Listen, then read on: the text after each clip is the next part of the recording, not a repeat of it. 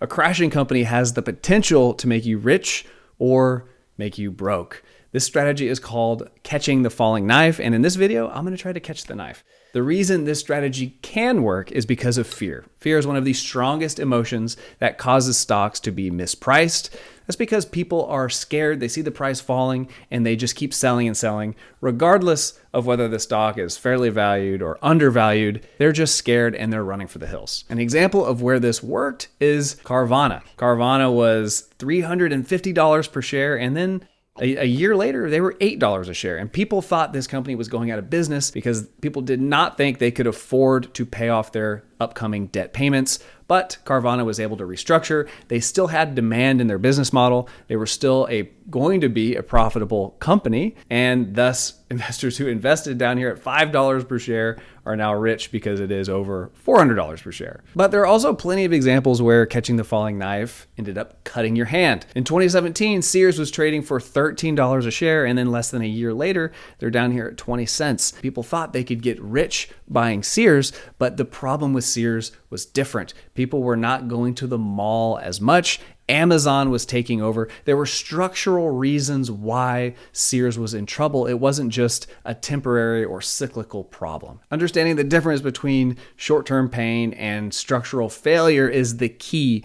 to executing on this strategy. So now let's take a look at the company that I think is going to work out. The knife that I think that I can catch is Ubisoft. Ubisoft is a French video game company founded in 1986, and here are a list of their top sellers in case you are not familiar with the company. Assassin's Creed, Just Dance, Far Cry, Tom Clancy's, Rayman, Watch Dogs, Prince of Persia, etc. This company has had lots of very popular games, but lately they have been having trouble. If I go to their share price over the last 5 years, they have dropped by 95%.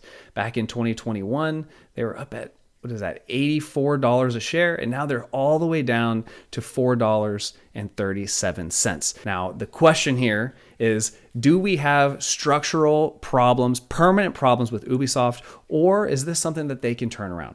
Now, there are two primary reasons why I think that I can catch this knife. And the first reason is what I'm going to call an anchor. Ubisoft recently was able to set an anchor on what I believe to be a reasonable share price. Just a couple months ago, on November 21st, 2025, Ubisoft sold a portion of one of their studios to another gaming company, Tencent. The investment values Vantage Studios at a pre-money enterprise value of $3.8 billion. So they sold 25% of one of their studios for 1.6 billion euros. Sorry, not dollars. So that means that the total value, if 1.16 for a quarter, the total value is 3.8 billion euro. Here is a breakdown of the 5 different studios. Vantage Studios, this is the one where Tencent bought a quarter, and then they've creatively named the creative houses just 2, 3, 4, and 5. But down here we have a breakdown. So number 1, Vantage Studios focused on selling and extending Ubisoft's largest and established franchises. This is Assassin's Creed, Far Cry, Rainbow Six. Number 2 is dedicated to competitive and cooperative shooter experiences. This is The Division, Ghost Recon, and Splinter Cell. Number 3, live experiences, For Honor, The Crew, Riders Republic, Brawlhalla, Skull and Bones. Number 4 is Fantasy Worlds. So we've got Anno, Might and Magic, Rayman, Prince of Persia.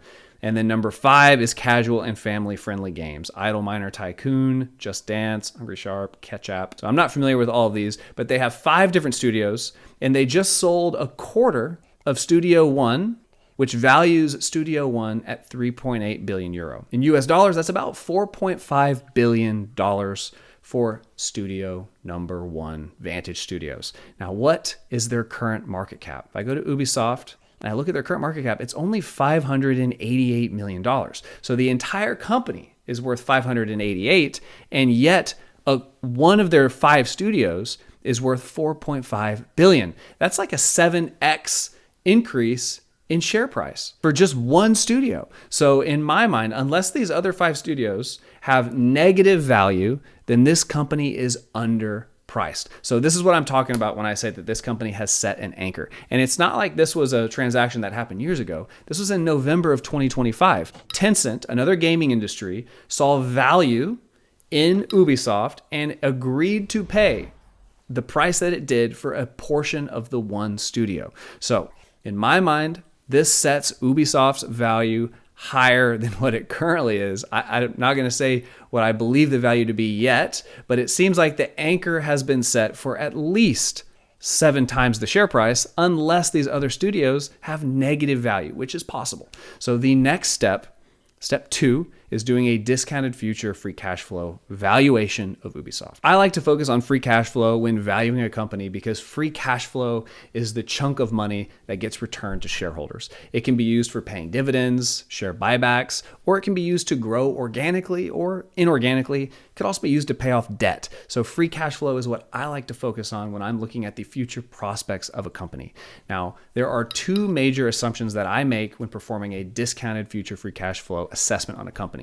Number 1, I like to project the future revenue, and then I like to project the future profitability. What is the free cash flow margin? What percentage of future revenue are they going to be able to generate free cash flow? So this means I'm going to tackle the problem in 2 parts. First, let's look at their future revenue. If I look at Ubisoft's past performance, it looks like back in 2016, they had about $1.4 billion in revenue, and they were still increasing their revenue at that time until they peaked in 2021. And they probably had some help here from COVID where people were stuck at home and playing more video games. And since then, they have been declining in revenue pretty consistently. So they're down from a high of $2.2 billion. They're now down to $1.885 billion. In order to estimate future revenue projections, I like to lean on the analyst expectations for revenue. So this is Morningstar.com. This is the Morningstar Equity Analyst Report.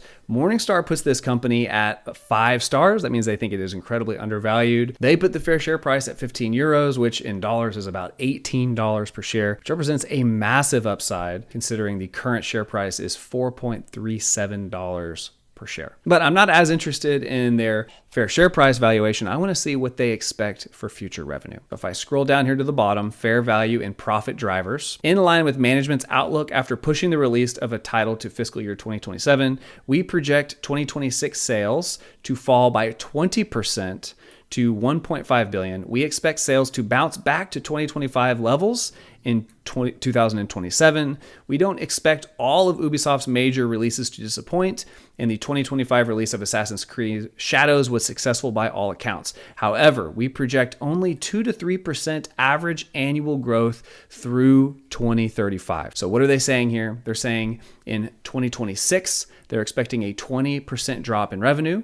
In 2027, they're expecting a recovery back up to 2025 levels, and then going forward, 2 to 3% revenue increase every year. So that is what I've built into my spreadsheet. So right here where I'm putting in the analyst projections, for the average analyst projection, I put in Morningstar's analyst expectation, which is a 20% loss in 2026, 25% recovery to get back up to where it was in 2025, and then 2% growth going forward. For the high and the low, I just entered in values slightly above or slightly below the Morningstar analyst. So these are my projections above and below. These are not, the high and the low is not acquired from another analyst. This is just me putting in above and below just to create a range of expected values. So that is shown visually right here on this graph. The blue line is the past revenue, and then the red is the high expectations, and the green is the low expectations. So if Ubisoft's revenue falls somewhere into this range over the next 5 years, and then going forward, I have a 2% perpetual revenue growth rate and a 2% growth rate for years 6 through 10. So if those assumptions are correct, our analysis will be in line.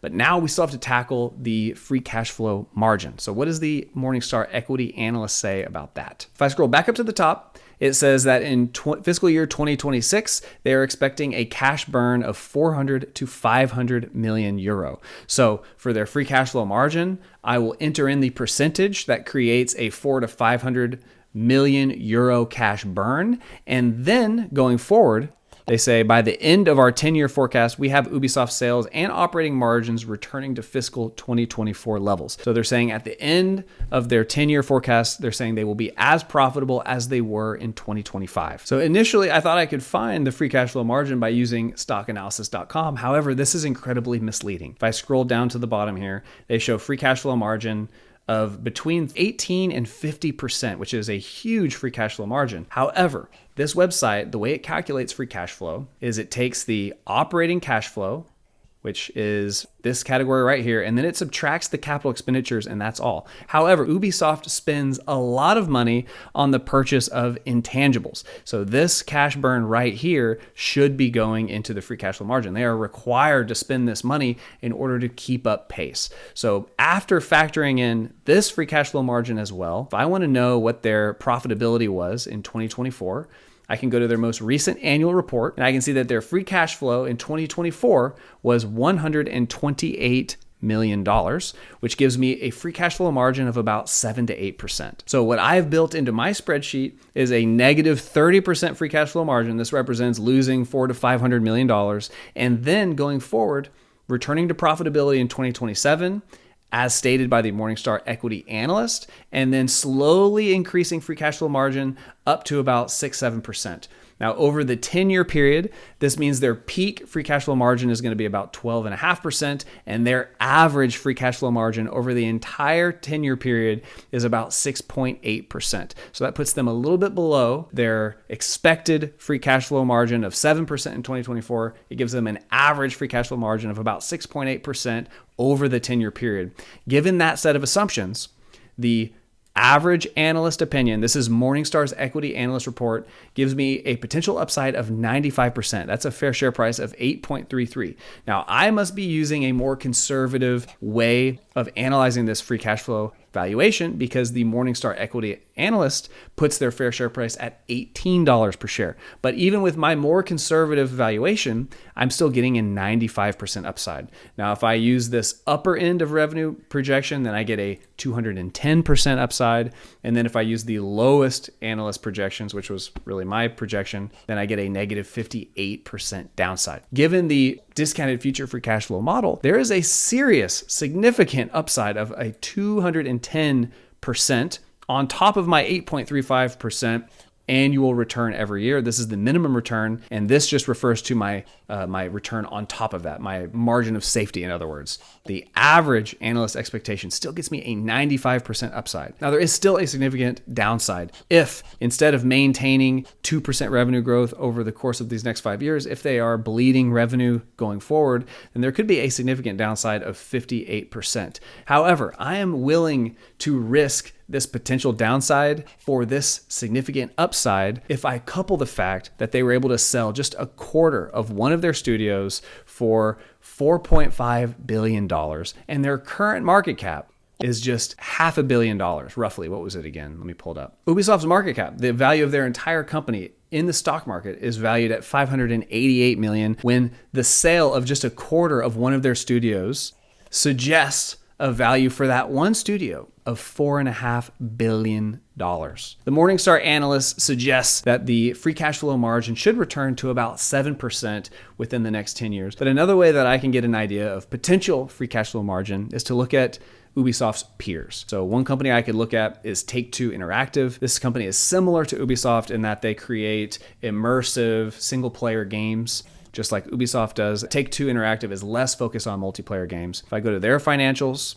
and look at their free cash flow margin, I can see that they have anywhere between 3 on the low end. See, over the last few years, actually, they've been negative on their free cash flow margin. They've been as high as 25%. It looks like they're bouncing between 15 and 25 when they were performing very well. So for Ubisoft to get up to an average free cash flow margin of 7% seems reasonable to me, given their peers are able to achieve much higher. If I also look at EA games, we can see that their free cash flow margin is bouncing between 18 and 32%. In my mind, given the peers are able to achieve much higher free cash flow margins, if Ubisoft is able to turn things around with their new management, hitting a 7% free cash flow margin is pretty reasonable. Also echoed by the Morningstar equity analyst report. By considering the combination of the price anchor set by Tencent, buying just a fraction of one studio, valuing that one studio at $4.5 billion, and considering the potential upside as shown by the discounted future free cash flow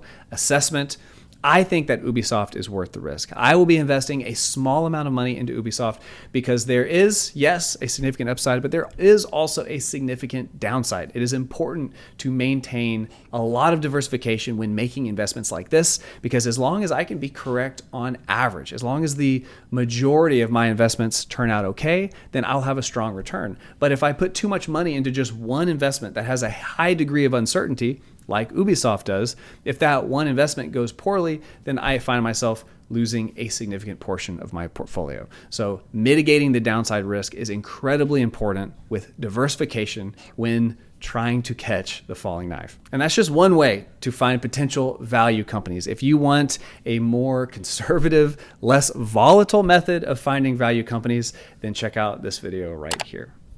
I hope to see you there.